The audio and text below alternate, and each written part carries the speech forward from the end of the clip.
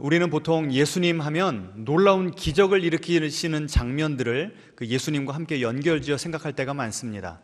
그런데 오늘 본문에 보시면 예수님이 한 가정에서 식사하시는 너무나도 일상적이고 너무나도 평범한 이야기를 우리는 보게 됩니다. 그런데 이 평범한 이야기 속에 놀라운 심오한 주님의 진리의 말씀이 숨겨져 있습니다. 자, 여러분 오늘 이 본문을 읽으시면서 내용 자체가 어렵지는 않았죠? 상황이 다 그려지시죠? 그럼 제가 여러분에게 여쭙겠습니다. 여러분은 마리아 편이세요? 마르다 편이세요? 누구에게 좀 더 여러분의 마음이 가십니까? 자, 한번 그 장면을 다시 한번 우리가 재현을 해보죠. 예수님께서 한 동네로 들어가셨는데 마침 그 동네에 마르다가 살고 있었습니다. 예수님이 오신다는 소식을 듣고 얼른 가서 예수님 저희 집에 오십시오. 제가 식사 대접하겠습니다. 얼마나 신이 나고 얼마나 적극적으로 예수님을 집에 초청을 한 것입니다. 예수님만 가셨겠습니까? 적어도 12명의 제자 아니면 70명의 제자들이 함께 그 집에 갔을 겁니다. 이 장정들이 그렇게 많이 갔으니 밥을 얼마나 많이 해야 되겠으며, 여러분이 만약에 예수님이 여러분의 집에 오셨다면 여러분은 어떤 요리를 하시겠습니까? 평소에 가장 잘하는 김치찌개를 하시든지 불고기를 하시든지 무언가는 막 열심히 만들어내시지 않겠습니까? 막 눈코 뜰 새 없이 바쁜데 아무리 둘러봐도 누가 없어요? 동생 마리아가 없는 거예요. 도대체 얘가 어디 간 거야? 하고 찾아봤더니 어디 있습니까? 예수님의 발치에 앉아서 예수님의 그 말씀을 듣고 있는 거예요. 얘가 정신이 있는 거야, 없는 거야? 얘는 왜 이렇게 이 상황 파악을 못하고 왜 이렇게 이기적이고 말이지? 나는 거기 앉아서 쉬고 싶지 않아서 안 쉬는 줄 알아 지금? 이 손님들을 초청해놨으면 무언가는 만들어내야 될 거 아니야? 막 속이 부글부글 한 겁니다. 어때요? 좀 익숙한 스토리 아닙니까? 우리 모두의 스토리를 지금 이 2000년 전에 이 마리아와 마르다가 지금 살아내고 있는 거예요. 더 이상 이 감당이 안 돼서 마리아에게 간 것이 아니라 누구에게 갔죠? 예수님에게 갔어요. 가가지고 예수님, 내가 이렇게 고생하고 있는데 마리아는 저렇게 지 혼자 지금 좋은 거 하고 있습니다. 이렇게 내버려 두실 수가 있는 겁니까? 예수님 막 따지는 겁니다. 예수님 뭐라고 그러세요? 예? 네가 많은 일로 염려하고 근심하고 있구나. 그러더니 마리아는 좋은 편을 택하였다. 지금 예수님이 누구 편을 들어주시는 거예요? 마리아 편을 들어주세요. 저는요, 어렸을 때부터 이 본문을 읽을 때마다 참 마음에 들지 않았어요. 불편했어요. 아니 예수님, 마리아만 칭찬하시면, 그렇게 앉아서 예수님의 말씀만 듣는 것, 그게 좋은 편이라고 하시면, 그럼 분주하게 부엌에서 일하고 있는 사람들은 뭡니까? 그럼 예수님 굶으셔도 된다는 말씀이세요? 저는 막 이런 질문들이 계속 나왔습니다. 여러분은 어떠세요? 지금 우리가 이렇게 은혜롭게 편하게 예배를 드리고 있는 이 순간에도 지금 6층에서는 어떤 일이 벌어지고 있습니까? 여러분의 점심을 지금 분주하게 준비하고 계세요. 그럼 만약에 예수님께서 오늘 우리 봉신교회를 방문하셨다고 한다면 6층에 올라가셔가지고 너희들은 참 여러 가지로 분주하구나. 지금 3층, 4층에서 예배 드리는 이 성도들이 좋은 것을 택하였다. 그럼 만약에 그 6층 성도님들이 상처를 받으시고 상심하셔가지고 나 이거 안 해. 그리고 다 3층에 와서 예배를 드리시면 우리 이 예배 끝나고 뭐 하는 거예요? 굶어야 돼요. 손가락 빨아먹어요. 저는 이 본문이 이해가 안 되는 겁니다. 그런 그 관점을 가지고 성경도 공부했고요. 이것저것 리서치를 좀 해보니까요. 1618년 정도에 그려졌다라고 하는 그 그림 하나를 제가 발견하게 됐어요. 스페인 화가 디에고 벨라스케스라고 하는 사람이 이 성경 장면을 묵상하고 그림을 그렸습니다. 보여주시겠습니까? 자, 지금 인상을 잔뜩 찌푸리고 있는 여인이 누구 같습니까? 마리아 같아요? 마르다 같아요? 마르다죠, 마르다. 그 다음에 저 뒤에 지금 저쪽 한쪽 배경에 앉아있는 여인은 누굴까요? 마리아예요. 한번 좀 클로즈업 된 걸 보여주시겠습니까? 지금 이 마르다의 표정이 어때요? 짜증나고 또 곧 뭐 할 것 같아요? 곧 폭발하고 눈물을 흘릴 것 같아요. 근데 제가 이 그림을 잘 좀 묵상을 해봤습니다. 그러니까 저에게는, 이게 저의 자의적인 해석입니다, 이 마르다가 지금 마리아가 앉아있는 그 모습을 보고 예수님에게 가기 전에 했던 표정일까요? 아니면 예수님에게 예수님 어떻게 저렇게 마리아를 내버려 두실 수가 있어요? 한번 쏟아놓고 난 다음의 표정일까요? 저는 그런 것 같아요. 후자 같아요. 아니 예수님이 지금 누구 편을 들어버린 거예요? 마리아, 나는 지금 이 밥을, 이 고생을 누구 위해서 하고 있는데? 예수님 위해서 하고 있는데 예수님이 지금 내 속을 몰라주는 것 같아서 지금 얼굴이 확 지금 마음이 상한 겁니다. 막 눈물이 나는 거예요. 어떻게 예수님이 나를 서운하게 만들어도 이렇게까지 하실 수가 있나? 이 그림을 보면서 저의 이 불편한 마음이 이 마르다의 얼굴에 그대로 나타난 것 같아요. 여러분도 좀 그러지 않으세요? 여러분은 이 사건을 읽으시면서 누구에게 더 마음이 가십니까? 자, 마르다 편이다 한번 손 들어보세요. 아니 솔직하게 나는 마리아 편이다. 여러분 보세요. 칭찬을 누구를 하신 거예요 지금? 마리아. 그것도 누가? 예수님이. 그러면 우리가 누구 편을 들어야 되는 게 맞습니까? 마리아. 그런데 그렇게 편을 들면요 무슨 뜻인가 하면 육적인 거, 먹는 것보다 뭐가 더 중요하다는 거예요? 영적인 거, 말씀을 듣는 게 중요하다는 겁니다. 아멘 하셨어요? 그럼 6층에서 일하시는 분들은 뭡니까? 그 다음에 이 마르다가 한 건 사역이에요. 사역. 주님을 위해서 무언가, 내가 가진 돈과 시간과 건강을 써가면서 무언가를 해드리는 겁니다. 마리아가 하는 건 뭐예요? 가만히 앉아서 주님을 바라보는 게 뭡니까? 예배예요. 예배. 그러면 주님을 위해서 하는 것보다 주님과 함께 있는 것이 더 중요한 것이 되는 겁니다. 어느 정도 일리는 있지만 그러면 내가 주님을 위해서 하는 봉사는 어떻게 되는 건가? 만약에 마리아에게만 손을 들어주잖아요. 그럼 여러분 가운데 야 내가 지금까지 내 체면 때문에 할 수 없이 억지로 내가 이 사명을 맡아서 했는데 성가되면 성가대, 주일학교면 주일학교, 부엌봉사면 부엌봉사, 나 이제 안 해.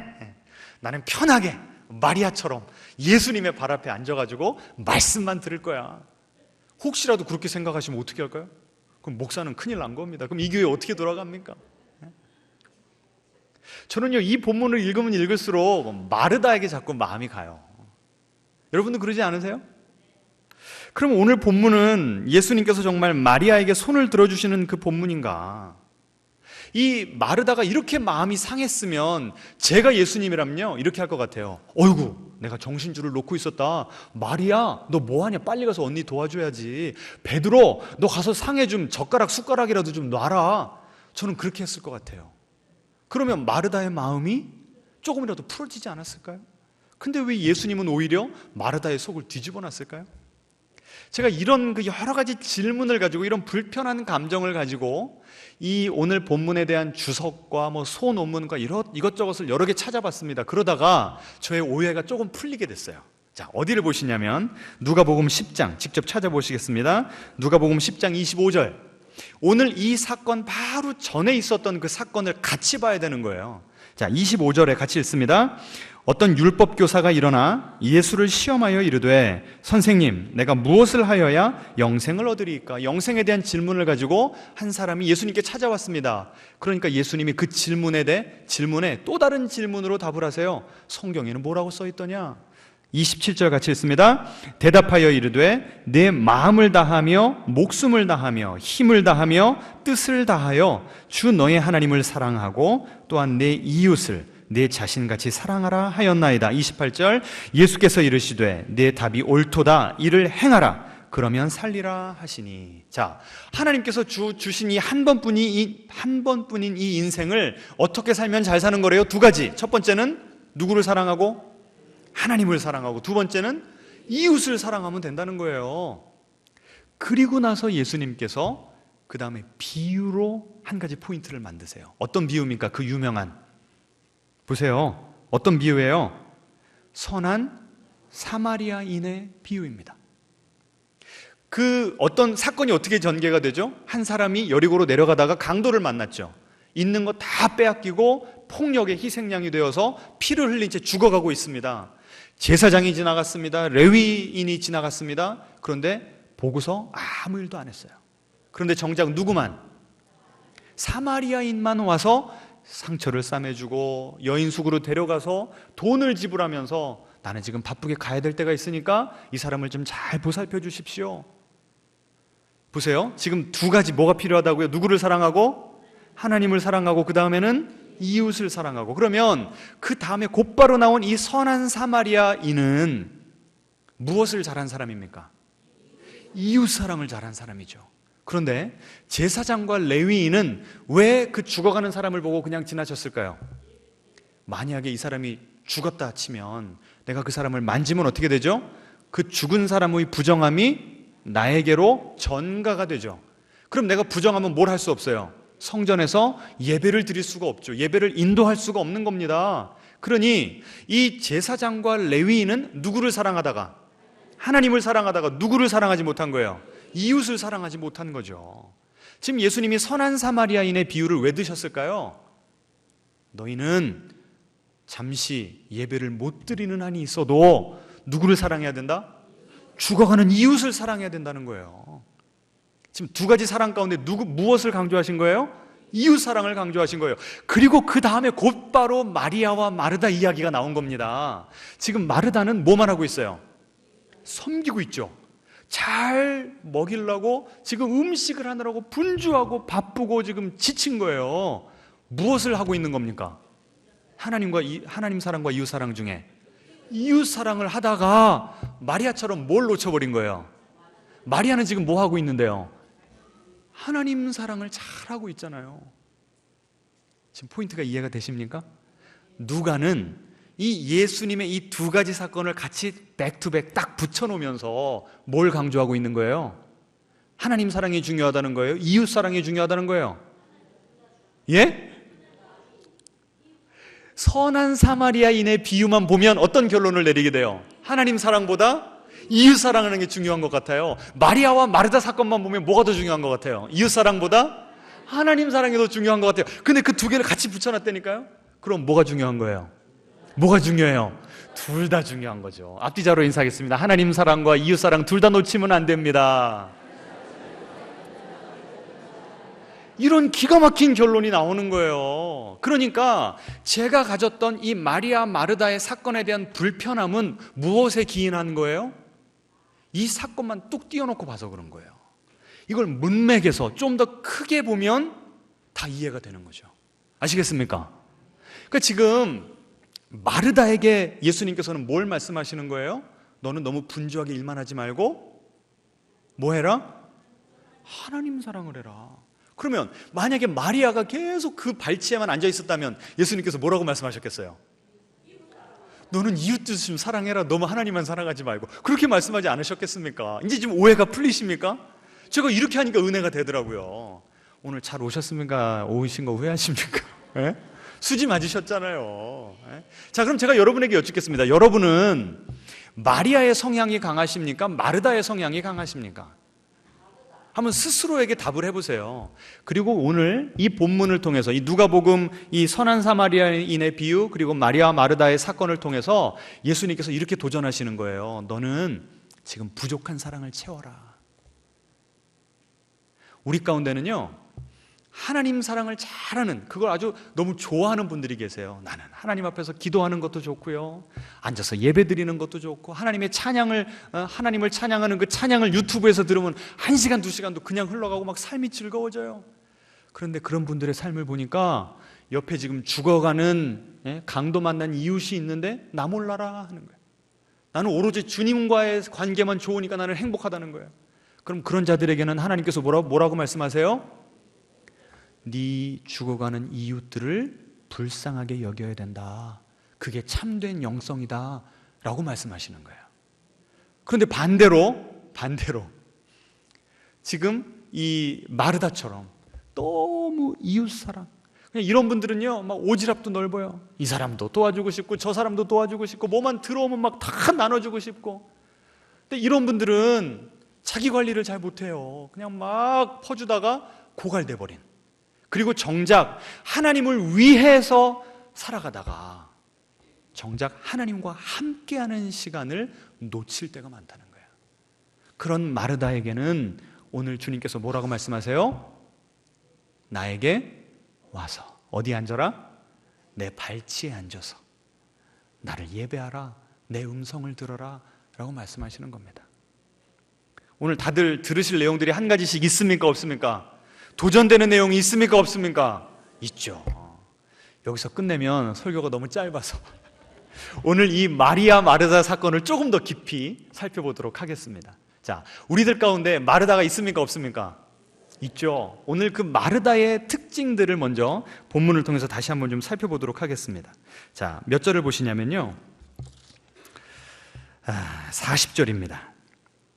그 초반만 같이 읽어보겠습니다. 마르다는 준비하는 일이 많아 마음이 분주한지라. 자, 이 마르다의 특징이 뭘까요? 마음이 분주해요. 마음이 분주하다는 것과 실제로 내가 할 일이 막 쌓여 있다는 것과 똑같습니까? 다릅니까? 달라요.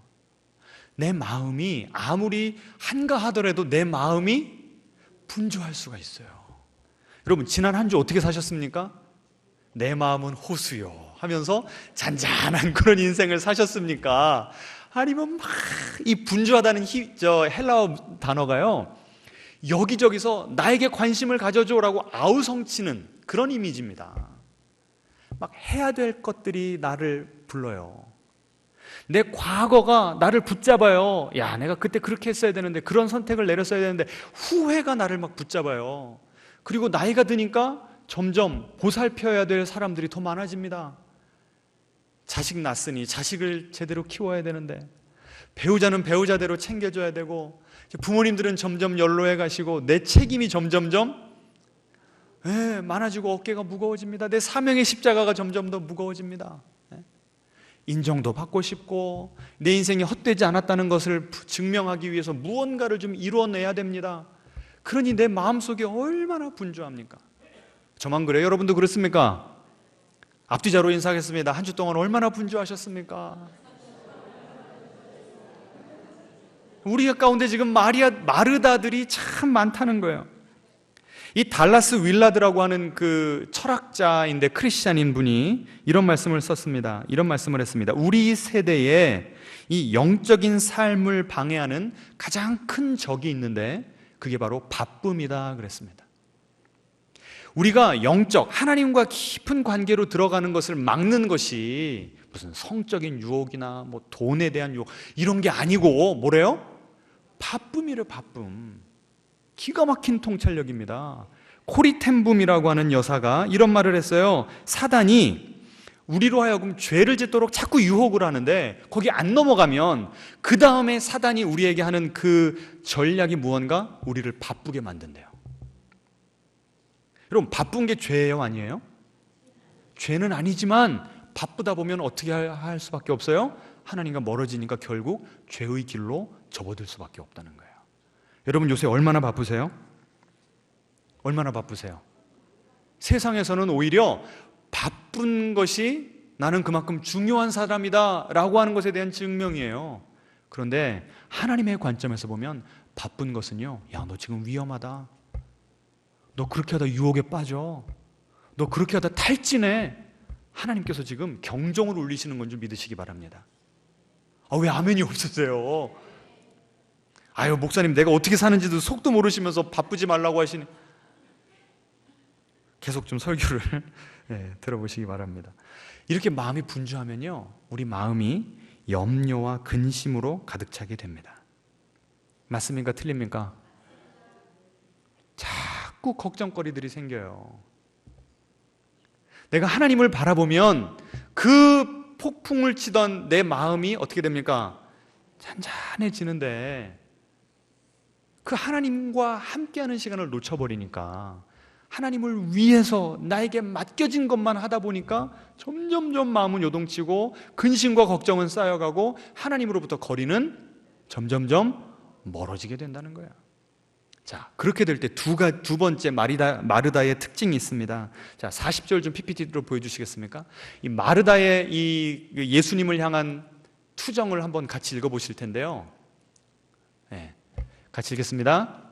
마르다는 준비하는 일이 많아 마음이 분주한지라 예수께 나아가 이르되 주여, 내 동생이 나 혼자 일하게 두는 것을 생각하지 아니하시나이까 그를 명하사 나를 도와주라 하소서.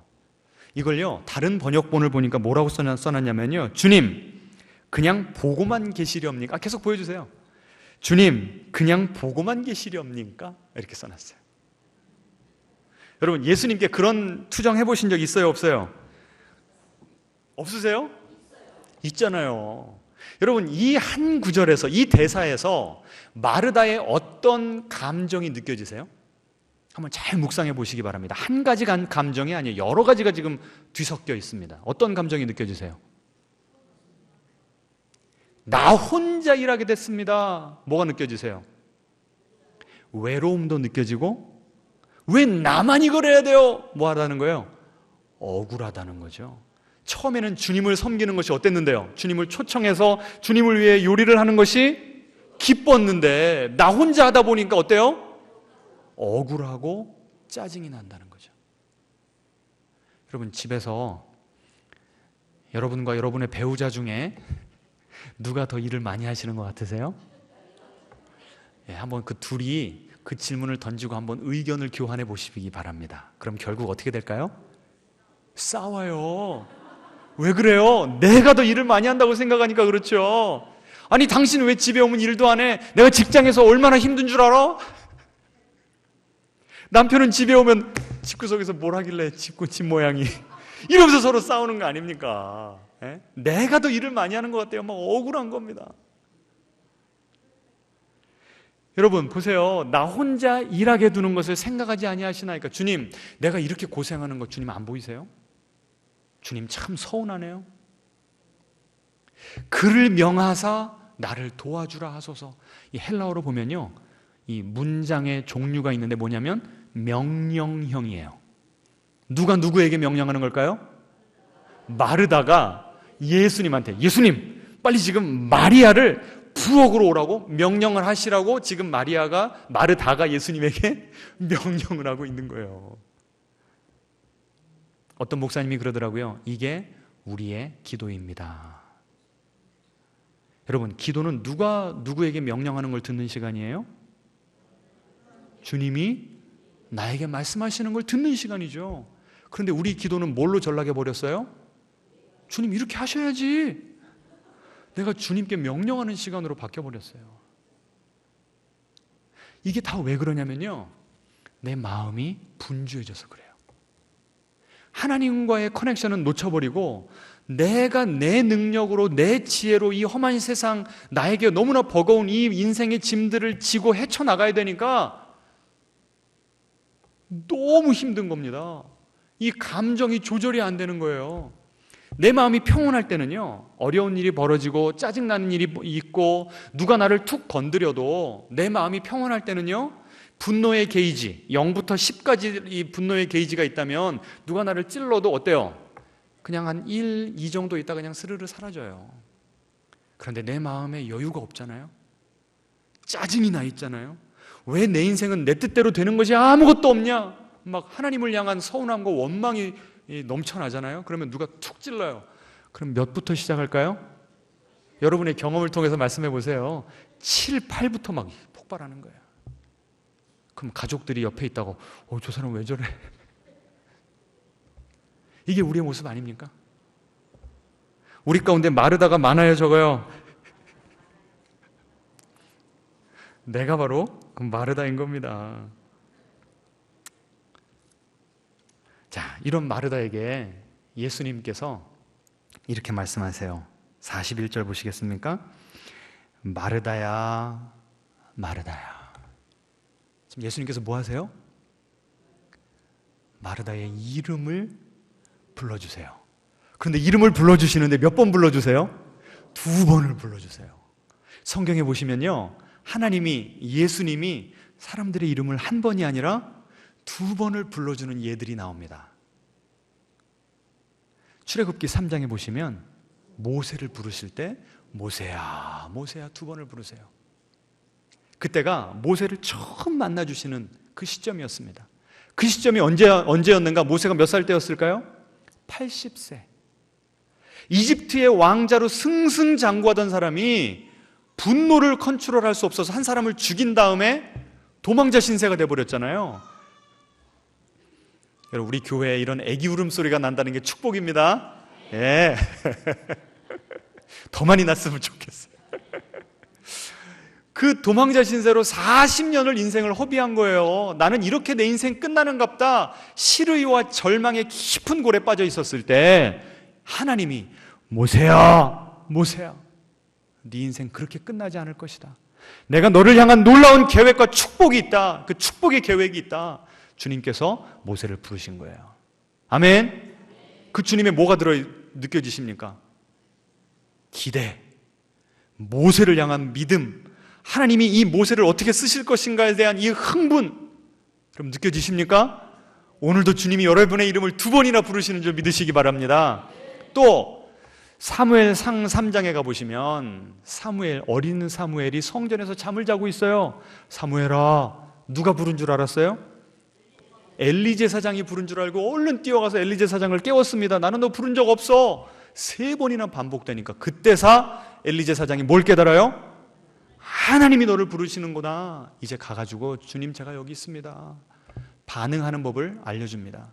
4번째 가서 누웠을 때 하나님이 사무엘의 이름을 몇 번? 2번이나 불러주세요. 사무엘아, 사무엘아, 내가 여기 있다. 나는 너의 하나님이다. 내가 너를 알아가기를 원한다. 이제 너도 나를 힘써 알아가라. 그 주님의 간절한 마음, 그 철부지 어린아이를 만나주시기를 원하시고 귀하게 들어쓰기를 원하시는 하나님의 열정과 그 간절한 마음이 느껴지지 않습니까? 오늘 이 본문에서도 마르다야, 마르다야. 지금 마르다를 꾸짖고 계신 겁니까? 너 왜 그렇게 살아?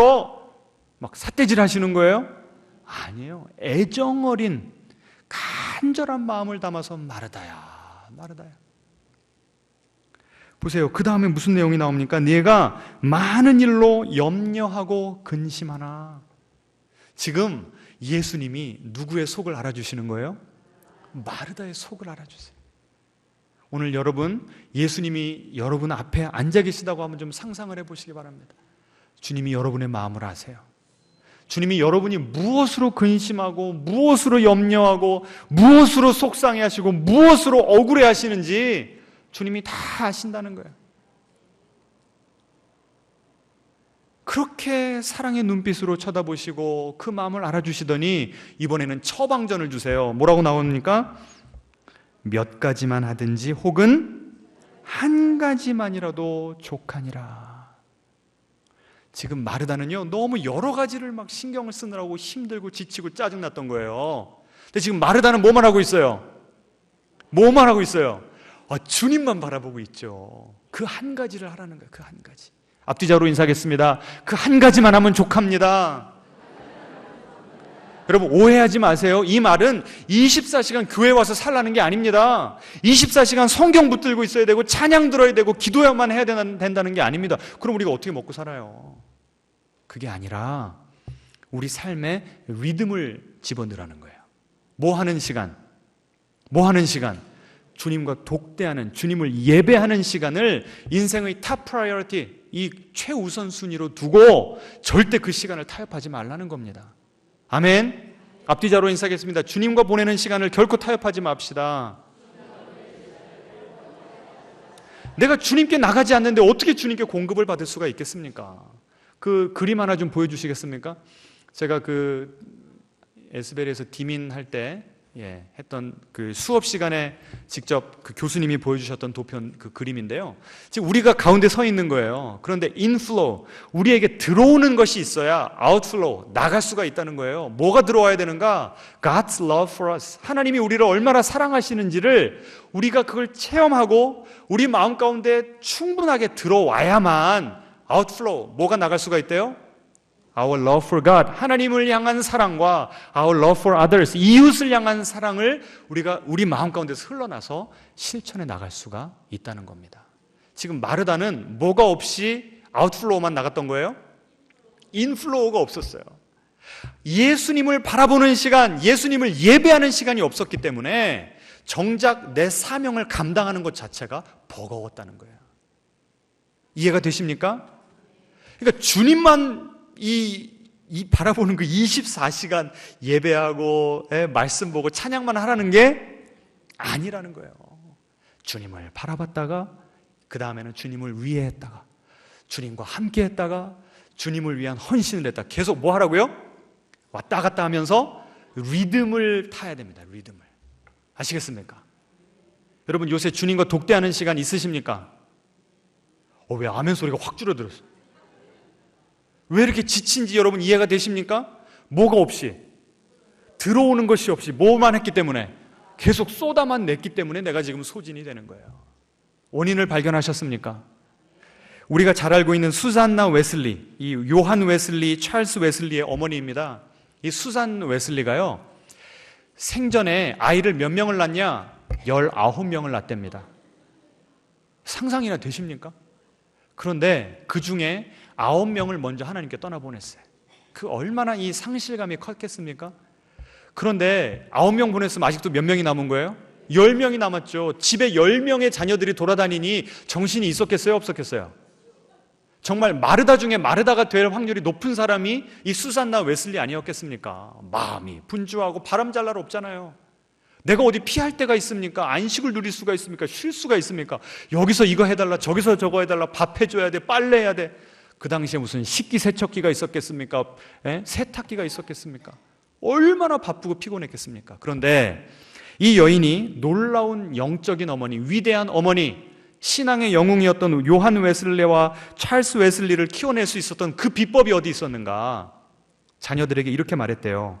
엄마가 부엌에 앉아 앞치마로 얼굴을 가리고 있는 모습을 보거든 하나님과 대화하는 줄 알고 방해하지 말아다오. 이 수산나 웨슬리의 비법, 비결이 어디 있었대요? 주님과 독대하는 시간. 아이들은 막 지금 뛰어다녀요. 정신없어요. 그런데 엄마가 뭐만 하면, 앞치마를 뒤집어 써버리면 아무리 코가 깨지고 무슨 일이 일어나도 엄마를 건드리면 안 되는 거예요. 그 시간에 내가 부엌에서 오직 나는 누구만 바라보겠다? 하나님만 바라보겠다는 겁니다. 나를 위로하시는 주님, 내 속상한 마음을 아시는 주님, 내 지친 마음에 다시 생기를 회복시켜 주시는 주님, 내가 그 주님을 바라보겠다는 거예요.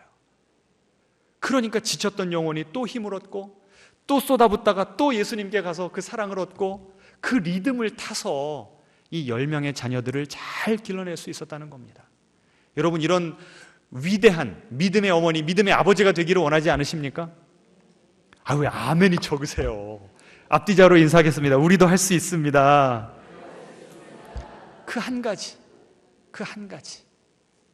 오늘 좀 기도하실 때요, 주님께 다시 한번 좀 다짐하고 결단하는 시간이 되었으면 좋겠습니다. 주님, 이제는 내킬 때 기도하는 것이 아니라 내가 아무리 몸이 피곤하고 아무리 바빠도 아무리 마음이 내키지 않아도 그 시간 하나를 딱 잡아서는 결코 타협하지 않고 내가 주님께만 귀를 기울이는, 그래서 주님으로부터 하루하루를 살아갈 수 있는 힘을 얻겠습니다. 이렇게 결단했으면 좋겠습니다. 제가 오늘 이 설교를 위해서 읽었던 책이요, 마르다의 세상에서 마리아의 마음 갖기라고 하는 책이 있습니다. 오늘 이 본문 하나를 가지고 이렇게 두꺼운 책을 쓴 거예요. 참 대단하지 않습니까? 이 조아나 위버라고 하는 분이 목사님 사모님인데 사역을 열심히 하면서 하나님의 사랑을 누리는 이런 나름 균형 잡힌 그 신앙생활을 하던 사람이었습니다. 그런데 어느 날부터 영혼의 겨울이 찾아왔어요. 친구가 암 말기였는데 치료를 받아도 건강이 나아지지 않고, 자신의 어머니는 가슴 절개 수술한 다음에 계속 고통스러워하면서 깊은 우울증에 빠진 겁니다. 그리고 차가 고장이 났는데 히터를 못 고쳐가지고 히터가 잘 안 돌아가는 거예요. 어머니가 너무 힘들어 하시니까 멀리 떨어져 있는데 장거리를 운전해서 어머니를 보러 간 거예요. 근데 그 어머니가 이 콜레스테롤 수치가 상승해서 약을 먹었는데 감정의 기복도 심하고 거의 자포자기 상태로 계시더랍니다. 어머니가 이런 말을 하셨습니다. 차라리 주님 곁으로 가고 싶구나. 앞으로도 이렇게 살아야 한다면 산다는 게 다 무슨 소용이겠니?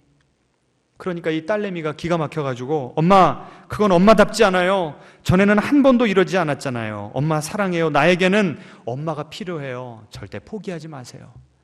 그러면서 둘이 막 붙잡고 울었대요. 기도하면서 울었답니다. 그리고 나서 하룻밤을 자고 이제 다시 자기 집으로 돌아가야 되는데 발걸음이 떨어지겠습니까? 근데 엄마가 마지막으로 이런 말을 했대요.